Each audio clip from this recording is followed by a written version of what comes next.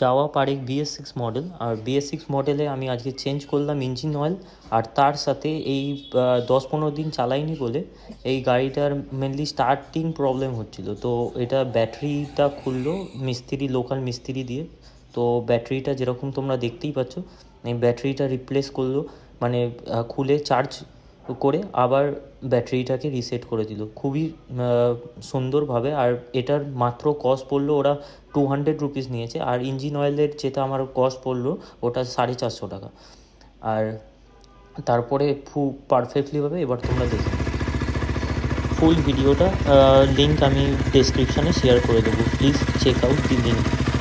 পুরো ভিডিওটা দেখো, ওখানে পুরোটাই আমি মেনশন দেখিয়ে দিয়েছি।